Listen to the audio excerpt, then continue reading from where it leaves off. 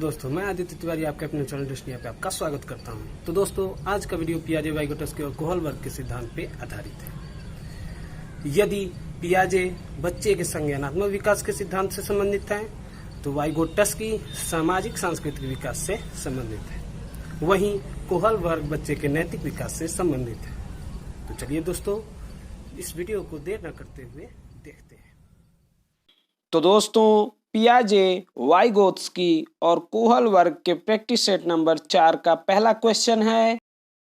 कोहल वर्ग के अनुसार वह स्तर जिसमें बालक की नैतिकता दंड या भय से नियंत्रित रहती है कहलाती है। ए पूर्व नैतिक अवस्था, बी परंपरागत नैतिक का स्तर, सी आत्म स्वीकृत नैतिक अवस्था, डी नैतिकता स्तर। तो कोहल वर्ग के अनुसार वह स्तर जिसमें बालक की नैतिकता दंड या भय से नियंत्रित रहती है, वह अवस्था पूर्व नैतिक अवस्था कहलाती है। अतः इसका ऑप्शन नंबर ए सही होगा। अगले क्वेश्चन पे चलते हैं। अगला क्वेश्चन है हमारे सामने दूसरा नंबर क्वेश्चन है। जोन ऑफ प्रॉक्सिमल डेवलपमेंट यानी ZPD का प्रत्यय दिया गया। ए वाइगोत्स्की के द्वारा, बी जीन पियाजे के द्वारा, सी बंडूरा के द्वारा या डी स्किनर के द्वारा। तो zone of proximal development Vygotsky के द्वारा दिया गया है। ये ZPD क्या होता है?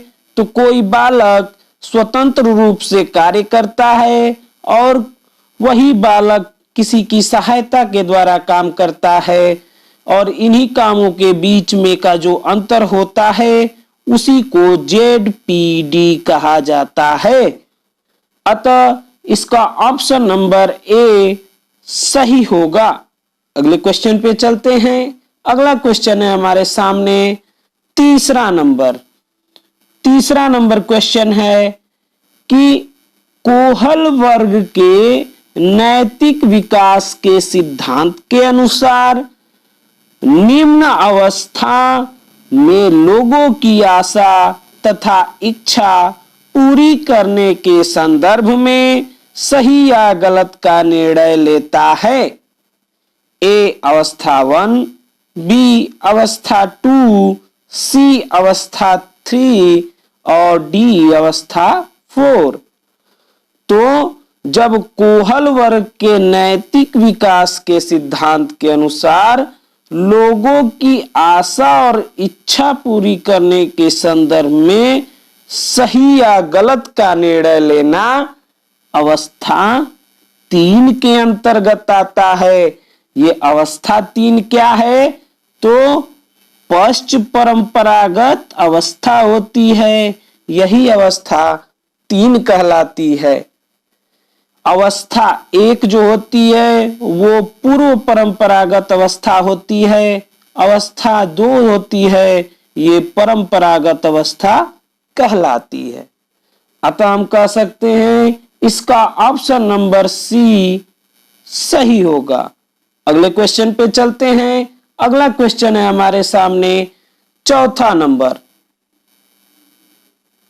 नंबर क्वेश्चन है कि पियाजे के संज्ञानात्मक विकास के सिद्धांत के अनुसार समाविष्टीकरण से तात्पर्य है। ए पूर्व ज्ञान तथा नवीन ज्ञान के बीच साम्यावस्था का होना, बी पूर्ववर्ती विद्यमान बौद्धिक संरचनाओं तथा वातावरणीय मांग का मिलान, सी प्रत्यक्षात्मक एवं संज्ञानात्मक सूचनाओं को सार्थक पैटर्न में व्यवस्थित करना, और डी है चिंतन के नए तरीकों का समावेश तथा पूर्ववर्ती विद्यमान बौद्धिक संरचनाओं में सुधार करते हुए व्यवहार करना। तो पियाजे के संज्ञानात्मक विकास के सिद्धांत के अनुसार समाविष्टीकरण क्या होता है? तो समाविष्टीकरण वो होता है कि जब पूर्व और नवीन अनुभव के बीच कुछ सुधार की जरूरत हो जाती है, सुधार होने लगता है, तो वही समाविष्टीकरण कहलाता है। अतः हम कह सकते हैं कि सुधार किसमें हो रहा है? तो ऑप्शन नंबर डी वाले में हो रहा है। अतः हम कह सकते हैं इसका ऑप्शन नंबर डी सही होगा।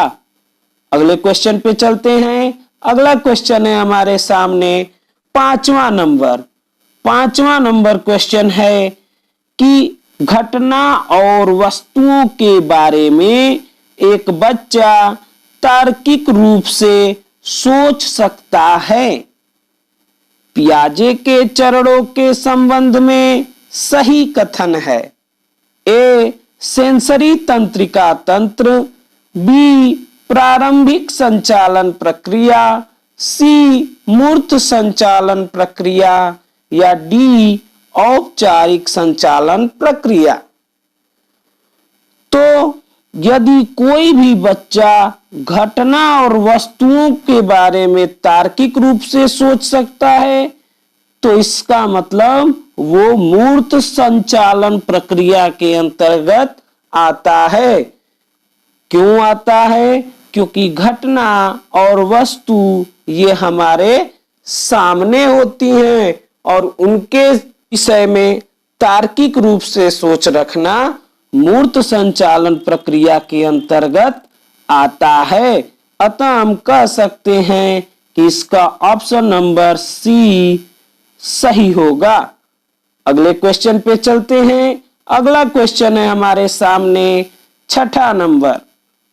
6ठा नंबर क्वेश्चन है, वाइगोत्स्की ने बाल विकास के बारे में कहा कि ए औपचारिक शिक्षा का उत्पाद होता है, बी यह समावेशन और समायोजन का परिणाम होता है, सी यह संस्कारों की आनुवांशिकी के कारण होता है और डी यह सामाजिक अंतरक्रियाओं का उत्पाद होता है। तो वाइगोत्स्की ने बाल विकास के बारे में कहा है कि यह सामाजिक अंतरक्रियाओं का उत्पाद होता है। क्यों? क्योंकि वाइगोत्स्की का सिद्धांत है सामाजिक सांस्कृतिक सिद्धांत, और इसी सिद्धांत के वजह से ये कहते हैं कि बच्चे यदि सामाजिक अंतरक्रियाओं में भाग लेते हैं तो उनका अधिगम सबसे अच्छे तरीके से होता है। अतः हम कह सकते हैं कि इसका ऑप्शन नंबर डी सही होगा। अगले क्वेश्चन पे चलते हैं। अगला क्वेश्चन है हमारे सामने 7वां नंबर।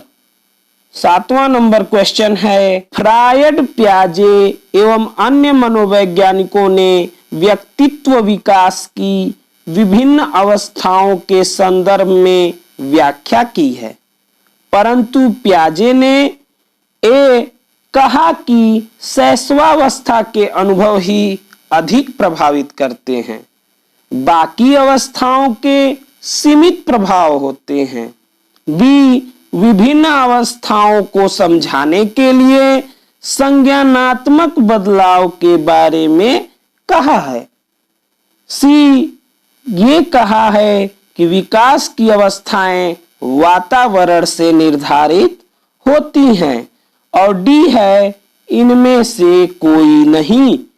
तो पियाजे ने हमेशा यही कहा है कि विभिन्न अवस्थाओं को समझाने के लिए संज्ञानात्मक बदलाव जरूरी होता है। उन्होंने चारों अवस्थाओं में 4 प्रकार की संज्ञानात्मक बदलाव की स्थिति के बारे में बताया है। अतः हम कह सकते हैं इसका ऑप्शन नंबर बी सही होगा। अगले क्वेश्चन पे चलते हैं। अगला क्वेश्चन है हमारे सामने 8वां नंबर। 8वां नंबर क्वेश्चन है कि 9 वर्ष के बालक की नैतिक तर्कना आधारित होती है।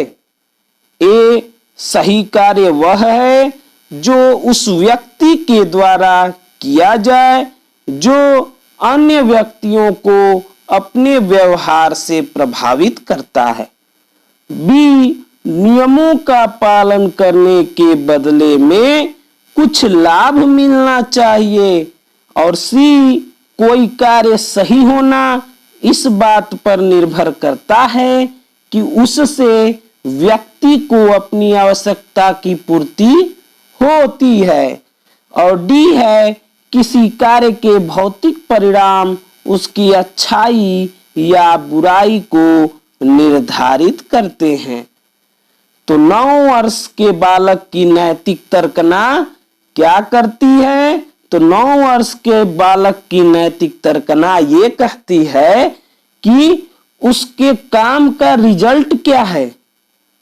उसका काम यदि अच्छा है तो वो काम अच्छा होगा, यदि उस कार्य का परिणाम बुरा है तो वो कार्य बुरा कहा जाएगा। अतः हम कह सकते हैं इसका ऑप्शन नंबर डी सही होगा। अगले क्वेश्चन पे चलते हैं। अगला क्वेश्चन है हमारे सामने 9वां नंबर। 9वां नंबर क्वेश्चन है समायोजन से तात्पर्य स्वयं का विभिन्न परिस्थितियों में अनुकूलन करना है ताकि संतुष्ट किया जा सके। किसको संतुष्ट किया जा सके? ए उद्देश्यों को, बी आवश्यकताओं को, सी प्रेरकों को या डी दूसरों को। तो समायोजन आदमी तभी करता है जब उसे आवश्यकताओं को संतुष्ट करना हो। आवश्यकताएं संतुष्ट हो गई तो वो समायोजन परिस्थितियों से कर लेता है। अतः हम कह सकते हैं इसका ऑप्शन नंबर बी सही होगा। अगले क्वेश्चन पे चलते हैं। अगला क्वेश्चन है हमारे सामने 10वां नंबर। तो 10वां नंबर क्वेश्चन है पियाजे के विकास की अवस्था में संवेदी गामक अवस्था समायोजित करता है। ए अनुकरण स्मृति एवं मानसिक प्रस्तुतिकरण, बी तार्किक रूप से समस्या के समाधान की क्षमता, सी सामाजिक मुद्दों से सरोकार या डी विकल्पों की व्याख्या एवं विश्लेषण करने की क्षमता। तो पियाजे के संवेदी गामक अवस्था में अनुकरण, स्मृति एवं मानसिक प्रस्तुतिकरण ये सब गुण समायोजित होते हैं। अतः हम कह सकते हैं इसका ऑप्शन नंबर ए सही होगा। अगले क्वेश्चन पे चलते हैं। अगला क्वेश्चन है हमारे सामने 11वां नंबर। 11वां नंबर क्वेश्चन है तर्क, जिज्ञासा तथा निरीक्षण शक्ति का विकास होता है। ए 6 वर्ष की आयु में, बी 8 वर्ष की आयु में, सी 11 वर्ष की आयु में या डी 15 वर्ष की आयु में। तो तर्क, जिज्ञासा और निरीक्षण शक्ति ये हमारे औपचारिक संक्रियात्मक अवस्था के गुण होते हैं। औपचारिक संक्रियात्मक अवस्था, और ये हमारा चौथी अवस्था होती है। और चौथी अवस्था कितने से स्टार्ट होती है? तो 11 वर्ष की आयु में स्टार्ट होती है। अतः हम कह सकते हैं इसका ऑप्शन नंबर सी सही होगा। अगले क्वेश्चन पे चलते हैं। अगला क्वेश्चन है हमारा 12वां नंबर। 12वां नंबर क्वेश्चन है लॉरेंस कोहल वर्ग विकास के क्षेत्र में किस शोध के लिए जाने जाते हैं? ए नैतिक, बी शारीरिक, सी गामक या डी संज्ञानात्मक। तो लॉरेंस कोहल वर्ग विकास के क्षेत्र में नैतिक शोध के लिए जाने जाते हैं। कोहल वर्ग नैतिक अवस्थाओं के 3 चरण बताए हैं। पहला परंपरागत अवस्था, दूसरा परंपरागत अवस्था और तीसरा पश्च परंपरागत अवस्था। अतः हम कह सकते हैं इसका ऑप्शन नंबर ए सही होगा। अगले क्वेश्चन पे चलते हैं। अगला क्वेश्चन है हमारे सामने 13वां नंबर। 13वां नंबर क्वेश्चन है, अपने आसपास के वातावरण के साथ सामंजस्य बैठाने की क्षमता से बुद्धिमत्ता का संबंध जोड़ने वाला मनोवैज्ञानिक था। कौन था? ए थॉर्नडाइक, बी जीन पियाजे, सी गार्डनर या डी इनमें से कोई नहीं। तो वातावरण के साथ बुद्धिमत्ता का संबंध जोड़ने वाला वैज्ञानिक था जीन पियाजे। जीन पियाजे ने वातावरण के साथ बुद्धिमत्ता का संबंध जोड़ा था। इसी कारण उन्होंने 4 अवस्थाएं बताई थी। किसके? तो संज्ञानात्मक विकास के। अतः हम कह सकते हैं इसका ऑप्शन नंबर बी सही होगा। अगले क्वेश्चन पे चलते हैं। अगला क्वेश्चन है हमारे सामने 14वां नंबर। 14वां नंबर क्वेश्चन है, बच्चों में नैतिकता की स्थापना के लिए सर्वोत्तम मार्ग है।